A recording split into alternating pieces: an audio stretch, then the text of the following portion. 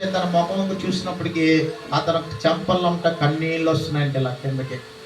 Doctor గారు తన కన్నీళ్ళు వస్తున్నాయంటే మరి ఏమి చెక్ చేయలేదా, రాత్రంతా మార్చిలో పెట్టేశారు, చనిపోయామనుకున్నా అని అప్పుడు చేయి తీసుకుని పలస చూశారనుక. ఆ పలస ఏం చెప్తుందంటే ఇతను బ్రతికే ఉన్నాడు. మంచి వాయిద్యం చేసి అతను బ్రతికించారంట. అప్పుడు తన భార్య నమ్ముకున్నటువంటి ఆ దేవుడైన యేసుక్రీస్తు వారిని ఈమె కూడా నమ్ముకుంది. మీలో ఇంకెవరైనా నమ్ముకోలేకపోతే యేసుక్రీస్తు ప్రభువుని నీ నోటి దొరుకుని హృదయం ముందు విశ్వసించి మీరు విశ్వాసాలుగా మారాలని రోమ్ రాసిన పత్రిక 10:9 వాక్య ప్రకారంగా మీకు నేను తెలియజేస్తూ ఉన్నాను. కనుక ఎవరి పేర్లు జీవ గ్రంథం ఉంటాయంటే జయించిన వారి యొక్క పేర్లు జీవ గ్రంథాలు ఉంటాయి. ఎవరు జయించారంటే యోసేపు జయించగలిగాడు, యోబు జయించగలిగాడు, అనేక మంది భక్తులు జయించగలిగారు. ఎవరు జయించలేకపోయారంటే ఒక సంసోను జయించలేకపోయాడు, ఒక అమాదము జయించలేకపోయారు, లేకపోతే ఒక సౌలు జయించలేకపోయాడు, ఒక దేమ జయించలేకపోయారు. ఎవరి పేర్లు జీవ గ్రంథం ఉంటాయంటే రెండవదిగా అంటున్నాడు ఎవరైతే కన్నీటి ప్రార్థన చేస్తారో వారి పేర్లు జీవ గ్రంథాలు ఉంటాయి. మూడవదిగా ఫిలిప్పీ రాసిన పత్రిక 4వ మరి 3వ వచనంలో మనం జ్ఞాపం చేసుకున్నట్లయితే ఒక చక్కని మాట జ్ఞాపం చేసుకుందాం. త్వరగా 2 మాటలు మూవ్ చేస్తాను. ఫిలిప్పీ రాసిన పత్రిక 3వ వచనం 4-3 చదవం. అవును, నిజమైన సహకారి ఆ స్త్రీలు క్లెమెంతుతోను నా ఇతర సహకారులతోనూ సువార్త పనిలో నాతో కూడా ప్రయాసపడిన వారు కనుక వారికి సహాయం చేయమని నిన్ను వేడుకొనిచ్చి ఉన్నాను. ఆ సహకారుల యొక్క పేర్లు జీవ గ్రంథంలో ఉన్నాయి. హల్లెలూయా. పరిచర్య చేయాలండి. పరిచర్య చేయవారి యొక్క పేర్లు ఎక్కడ ఉన్నాయంట? జీవ గ్రంథంలో ఉన్నాయంట. పరిచర్య చేశాడు కనుక దేవుని యొక్క ప్రత్యక్షత సమయానికి కనబడింది. పరిచర్యలో ఆయన కుంటుపడిపోయాడు కనుక ఏలీకి దేవుడు ప్రత్యక్షత ఇవ్వలేకపోయాడు. అందుకనే ఆ కానాను పెండ్లి విందులో పరిచర్య చేసిన వారికే అది ఎక్కడి నుంచి వచ్చిందో తెలిసింది, కానీ విందు ప్రధానికి తెలియకపోయింది. ఇక్కడ విందు ప్రధానం ఎవరనంటే ఏలీ. పరిచారకుడు ఎవరంటే సమూయేలు. ఆ సమయాలకి దేవుని యొక్క ప్రత్యక్షత కనబడింది. రాత్రి వచ్చాడు, దేవుడు నీతి ఏం మాట్లాడాడని అడుగుతున్నాడు. మళ్ళా ఏలి సమూయేలుని చెప్పకూడదు, చెప్తే గుండు పగిలిపోద్ది. నిజంగా ఆ గుండు పగిలింది ఏలికి. కనుక రోజు నేను ఏమంటానంటే పరిచయం చేసిన వారుగా మనం ఉండాలి. దేవుని యొక్క మందిరాన్ని మనం శుద్ధీకరించిన వారుగా ఉండాలి. కుర్చీలేసిన వారుగా మనం ఉండాలి. ఏమండి, ప్రతి ఆదివారం ప్రతి శుక్రవారము దేవుని యొక్క పని నీకు అవకాశం దొరికిన కొద్దీ నువ్వు చేయగలిగితే దానికి మించిన దీవెన ఇంకెక్కడ నీకు ఉండదు. మనం ఏం చేస్తామంటే పాటలు అయిపోయిన తర్వాత వెళ్దామని కొంతమంది, వాక్యం మొదలెట్టిన తర్వాత కొంతమంది, పైకి మైక్ సెట్ కనబడుతుంది కొంతమంది. మరి కరెక్ట్ లేకపోతే మైక్ సెట్ ఎలా కనబడుతుంది? నీకు రావాలేకపోతే నీ కోతకి వెళ్ళినప్పుడైనా మైక్ సెట్ పిలుస్తారా? 9 గంటలు కదా వెళ్ళాలి మనం, అవునే కదా. మద్రాసులో ఒక సహోదరికి యానమండూరు 4 కుమార్తెలు 4 కుమారులట. తన భర్త వీళ్ళని పెంచలేక 6 రోజులు అంతమంది ప్రజలను పెంచలేక అతను విడిచిపెట్టి వెళ్ళిపోయాడు. మద్రాసులో రైల్వే ట్రాక్ ప్రక్కన ఒక చిన్న గుడి చేసుకుని ముడుపు వాళ్ళ బతుకుతుందట. ఒక రోజు ప్రజలు ఆ ఆదివారం గుడి నుంచి వస్తున్నారంట. ఈమె యనమండూరు పిల్లలతో చనిపోతామని అడాడోడగా తిరుగుతుందంట. ఈ ఆదివారం నుంచి గుడికి వచ్చిన వాళ్ళు చూసారంట, ఏంటి అలాగ అడాడోడుకున్నా చెంపలు పెట్టేస్తాను టెన్షన్లో ఉన్నాడంటే నా భర్త విడిచిపెట్టి వెళ్ళిపోయాడు, మరి పిల్లల మంతా నేనే పోషించను, నేను చనిపోవాలనుకున్నాను నా పిల్లలతో అన్నదట. అలాగొచ్చేస్తున్నారు చాలా మంది అగత్యాలు. దేవుడు నీకున్నాడు, యేసయ్య నీకున్నాడు, ఆయన మందిరం ఉందనే విషయాన్ని నువ్వు మర్చిపోకు. ఇటువంటి పరిస్థితుల్లో అయ్యో నువ్వు అలాగే చేద్దాం, మా అయ్యగారు మంచోళ్ళు, ఆయన దగ్గరికి రా, మేము కూడా చెప్తామనంటే ఆ యానమాన్ దగ్గర పిల్లల్ని తీసుకొచ్చి అయ్యగారికి అప్పగించాం. అయితే ఏంటమ్మంటే ఇది పరిస్థితి అన్న. అయితే నా చర్చలో కొందరు రాయిస్ వస్తుంది, నీకు ఇస్తాను, నా పిల్లలతో చెప్తాను, సంఘ బిడ్డలు కూడా మంచోళ్ళేమో అవ్వాలి, వాళ్ళు కూడా నీకు సహాయం చేస్తారు అని చెప్పినప్పుడు మరి అలాగా ఒక మాట కోరింది. శుక్రవారం మందిరాన్ని కడిగి శుద్ధీకరించడానికి, ఆదివారం మందిరాన్ని కడిగి శుద్ధీకరించడానికి, చాపలైన కుర్చీలు అన్నీ ఆమె వేయడానికి ఆమె ఒక తీర్మానం చేసుకుంది. ఇలాగ ఒక 25 సంవత్సరాలు అయిపోయింది, 20 సంవత్సరాలు అయిపోయింది. 4 కొడుకులు కలెక్టర్లు అవ్వరంట, 4 కూతురు డాక్టర్లు అవ్వరంట. హల్లెలూయా. అప్పుడు చాలా మంది ఊళ్ళో వాళ్ళు అంటున్నారంట, ఏంట్రా ఎక్కడి నుంచో వచ్చింది, మనకన్నా ముందు 6 కొడుకులు కలెక్టర్లు అయిపోయారు, మనకన్నా ముందు 6 కూతురు డాక్టర్లు, వీళ్ళు కారులో తిరుగుతున్నారు, ఇప్పుడు కలెక్టర్లు అయిపోయారు కానీ కొడుకులు ఇప్పుడు మందిరం తుడుస్తుందా, చీపురు కట్టడానికి వెళ్తుందా అని అనుకుంటున్నారట. అప్పుడు పెద్ద కొడుకు దగ్గరికి వచ్చి, బాబు వీళ్ళందరూ ఎలాగ అనుకుంటున్నారంటే నువ్వేమనుకున్నావు చెప్పామని అడిగాడట. లేదు, నాన్నగారు విడిచిపెట్టి వెళ్ళిపోయిన తర్వాత నేను తీర్మానం చేసుకున్నాను, చచ్చిపోయేదాకా నేను మందిరాన్ని విడిచిపెట్టనని చెప్పిందాను. నిజమే అమ్మా, నాన్న మనల్ని విడిచిపెట్టి వెళ్ళిపోయినా నిన్నెన్నడు విడును ఎడబాయిన దేవుడు మనల్ని ఆయన యొక్క గోడ రెక్కలంతా చాటును భద్రం చేసినట్లుగా మనల్ని భద్రం చేశాడు. మనకున్న పేదరికాన్ని దేవునికి మందిరాన్ని శుద్ధీకరించావు, పరిచయం చేసావు. మనకున్న పేదరికాన్ని అంతా దేవుడికి అడిగేశాడు. హల్లెలూయా. ఈరోజు ఉన్నతమైన స్థితి దేవుడే ఇచ్చాడు. కార్లో ఇల్లు చీపురు కట్ట బకెట్ అట్టుకుని ఏం చేయడానికి? మందిరం తిరగడానికి. ఏమండి, మన చీపురు కట్ట తేవక్కర్లేదు, మందిరం దగ్గర ఒక చీపురు ఉంటుంది, అది ఎట్టి నువ్వు పట్టుకుంటే చాలు. నువ్వు ఇంటికాడ పట్టుకోవడం తప్ప మందిరం దగ్గర నామోషి ఫీల్ అవుతూ దేవుని సన్నిధానంలో నువ్వు ఎంత ప్రయాసపడతావో దేవుడు చెప్తున్నాడు. ఫిలిప్పీ సంఘర్షులారా, మీరులో ఒక వ్యత్యాసము కనబడుతూ ఉంది.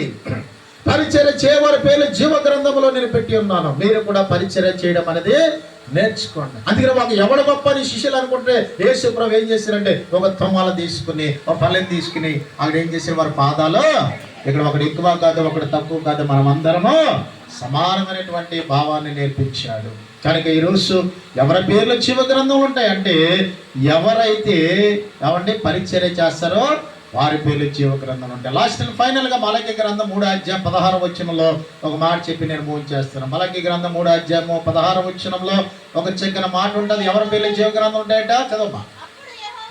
అప్పుడు యెహోవా యందు భయభక్తులు గలవారు ఒకరితో ఒకరు మాట్లాడుకొని ఉండి యెహోవా చెవికి ఆలకించను, మరియు యెహోవా యందు భయభక్తులు కలిగి ఆయన నామమును ఉండు వారికి జ్ఞాపకార్థముగా ఒక గ్రంథము ఆయన సముఖంలో ఉంది, అదే జీవ గ్రంథము.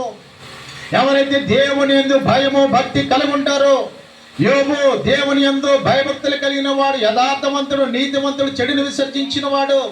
కొన్నేళ్ళు ఆయన దేవుని యందు భయభక్తులు కలిగిన వాడు, ధర్మకార్యం చేసేవాడు, ప్రార్థనాపరుడు, నీతిమంతుడు, లేకపోతే అతడు వాక్యమును లేకపోతే ఆస్వాదించిన వాడు, ఆతిథ్యం ఇచ్చిన వాడని ఆయన ఒక 7 క్వాలిటీస్ మనకి కనబడుతున్నాయి. దేవుడు అన్నాడు, కొన్నేళ్ళు నీ ప్రార్థనలు నీ ధర్మకార్యాల సన్నిధికి వచ్చినాయి. కనుక నీ సత్క్రియలు నీ ధర్మకార్యాలు దేవుడు చూస్తాడు.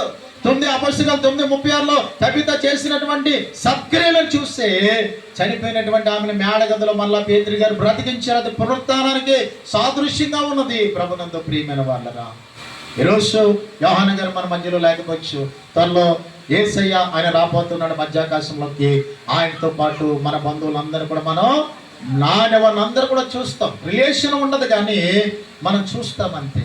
కనుక ప్రభునందు ప్రియమైన వాళ్ళరా, దేవుని యొక్క మహాకృపను బట్టి దేవుని యందు భయభక్తులు కలిగిన వారి పేర్లో జీవ గ్రంథాలు ఉంటాయంట. మనం అందరూ భయభక్తులు కలిగిన వారికే కనబడుతున్నాం, కానీ ఎవరిలోనూ భయం ఉండదు, ఆ భక్తి కనబడదు. ప్రభునందు ప్రియమైన వాళ్ళరా, కనుక ఎవరు దేవుని యందు భయభక్తులు కలిగిన వారంటే కీర్తనలో 16వ సంకీర్తన 3వ వచనం అంటే, నేను ఎలాగందును భూమి మీద భక్తులే శ్రేష్ఠులు, కేవలం వారి నాకు ఇష్టలు. భక్తులే దేవునికి ఇష్టలంట. ఎవరు భక్తి చేసిన వారనంటే యాకోబు రాసిన పత్రిక 1:27 వచనంలో చదువుకుని మనం మూవ్ చేసుకుందాం. 1:27 వచనం, ఎవరు దేవుని యందు భయభక్తులు కలిగిన వారట? తండ్రి అయిన దేవుని ఎదుట పవిత్రమును నిష్కలంకమునైన భక్తి ఏదనగా దిక్కులేని పిల్లలను విధవరాండ్రను వారి ఇబ్బందులను పరామర్శించుడి, ఇహలోక మచ్చ మల్ల ముడత డాగు కలంకం అంటుకోకుండా తనకంటకుండా తను కాపాడుకొనిటే నిజమైన భక్తి అంటూ ఉన్నాడు. అన్నీ చేస్తాం, మనం ప్రార్థన చేస్తాం, మందిరానికి వెళ్తాం, బైబిల్ పట్టుకుంటాం, అన్నీ పట్టుకుంటాం. కానీ నీ ఇంట్లో ఉన్న ఒక భర్త కోల్పోయినటువంటి ఒక విధవరాలంటే ఆమె పట్ల మనం చెదిరించుకుంటాం. ఆమె నీ అత్తగారే కావచ్చు, అమ్మాయి కావచ్చు, ఎవరైనా కావచ్చు. దిక్కులేని పిల్లలను చూసి వాళ్ళ వెనకాల ఎవరు అనలేరని వాళ్ళ మీద మనం చాలా దురుసుగా ప్రవర్తిస్తాం. దిక్కులేనుల పక్షంగా, దీనుల పక్షంగా, విధరాల పక్షంగా ఎవరు వ్యాజ్యం ఆడుతారట, అది మర్చిపోతున్నారు చాలా మంది. కనుక వారి పక్షంగా దేవుడు ఉంటే మనం ఏంటండి?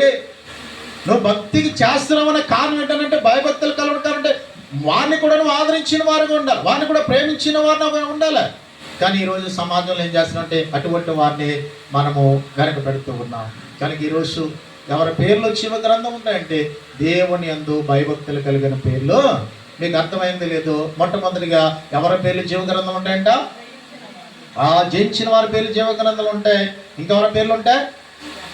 పరిచర్య చేసిన వారి పేర్లు ఉంటాయి. మూడవదిగా కన్నీటి ప్రార్థన, ఉపవాస ప్రార్థన, ప్రార్థనా పరుల యొక్క జీవితాలు రాయబడి జీవ గ్రంథాలు ఉంటాయి. నాలుగవదిగా దేవుని యందు భయభక్తులు కలిగిన వాడు. ఒకవేళ ఇలా లేకపోతే అదే చెప్తున్నాడు అక్కడ ప్రకటన 20:15 అంటాడు, ఎవరి పేరైనా జీవ గ్రంథం ముందు రాయబడినట్టు కనబడినట్టు వాడే అగ్నిగుణంలో పడవేస్తాడు. అక్కడే అగ్ని ఆలతో పురుగు చావదు అంటున్నాడు. మహాభయంకరమైనటువంటి ఉగ్రత నీ కోసం నా కోసం కాదు, కానీ అది అపవాది కోసమే దేవుడు ఏర్పాటు చేశాడు. 1000 ఏళ్ల పరిపాలన అయిన అనంతరము కూడా అపవాదుల అనుచరులు కూడా దాంట్లో పడవేస్తాడు. కనుక ఆ అగ్నిగుండానికి మనం ఆహుతవ్వాలని కదా, పరలోక సౌధాన్ని అనుభవించాలని, సదాకాలము ఆయనతో మనం ఉండాలని దేవుడు మన అందరూ కూడా పిలుపునిస్తున్నాడు. ప్రయాసపడి భారం వచ్చిన సమస్య జనులారా మీరు నా యొద్దకు రండి, మీకు నెమ్మదిని విశ్రాంతిని ఇస్తానంటున్నాడు. కనుక ఈ సమయంలో ఇంకా ఎవరైతే రక్షణ పొందలేకపోయారో మీరు యేసుక్రీస్తు ప్రభువు నోటి తెరుపుకుని హృదయం మీద విశ్వసించి విశ్వాసులుగా మారుదురుగాక. ఎవరైతే విశ్వాసులుగా ఉన్నారో, మనలో ఏదైనా భక్తిలో లోపాలు ఉంటే వాక్యం ద్వారా సరిచేసుకుని వాక్యం మనం ఉదకస్నానం చేసి ఉదకమనగా వేడి పరిశుద్ధ ఆత్మగిలో పుటమేయబడి దేవుని యొక్క రాకడ కొరకు మన నూతన అభిషేకముతో మనం ఎదురు చూచుదుముగాక.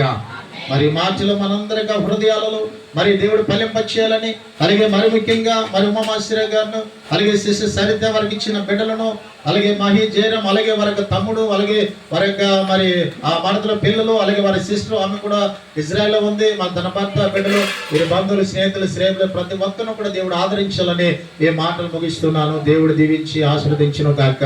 ఈ చక్కని అవకాశం ఇచ్చినటువంటి అభిషేక్తులనే సేవకులకు ఇంత సమయం ఎక్కడ ఎవరో మరి ఎందుకు నన్ను ప్రేమించి ఇచ్చారు, అదని బట్టి అయ్యగారికి ఇప్పుడు కూడా ప్రత్యేకమైన వందనాలు తెలియజేస్తారు. May God bless you sir. Thank you sir. Thanks so much. మంచిది. ఇంతవరకు కూడా చక్కటి వాక్యాన్ని అందించినటువంటి దేవుని యొక్క సేవకులు పాస్టర్ గారు రిసర్చ్ గారికి, యొక్క అయాహన్ గారి కుటుంబం గారి తరఫున సంఘ తరఫున వందనాలు తెలియజేస్తున్నాను. వందనాలు. దేవునికి స్తోత్రం, దేవునికి స్తోత్రం. నేను